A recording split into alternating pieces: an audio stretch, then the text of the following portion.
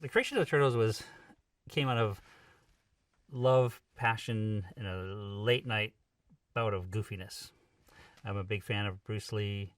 I thought if Bruce Lee was an animal, what would be the silliest animal he would be?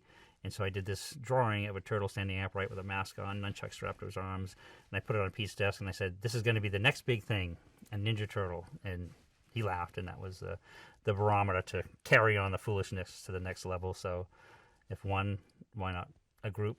So the first night we drew, I did a pencil sketch with all four turtles, each with different weapons.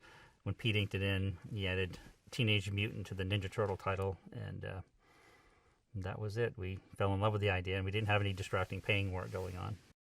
The evolution of the names of the turtles really came out of that same kind of silliness that we approached the title. And we thought originally maybe traditional Asian names would be appropriate because of the history. Not silly enough. Doug, Bob, Steve, still not silly enough. And in high school, not only being a comic book geek, I was a real art history geek. And I did a mural at high school of my tribute to Leonardo da Vinci. And so I just blurted out to Pete, I said, why don't we go crazy and name him after like Italian Renaissance artists? Leonardo, Michelangelo, and Raphael. And we laughed and it stuck. There was a discussion for about 2 weeks on Donatello because I liked a sculptor named Bernini better. So Donatello was almost named Bernini, but eventually we went with Donatello. The personalities of the turtles, to me, evolved out of comparisons or similar to a group that I would hang out with in high school, or friends you might have, is that you would have the one that was the funny one, always cracking the jokes at the right or wrong time. The one that was more into technical this and that, taking apart clocks and building stuff. You'd have one that was the self-appointed leader of the group, and then you had the one, hopefully, that would be someone that would back you up in a fight. And I love the cross-section of these different personalities because they would be sibling-like, have arguments, be at odds. They love each other, but they don't always like each other. But when the chips are down, they all come together as a team, and together they're stronger with all of these personality types. Bringing that to the table is appealing.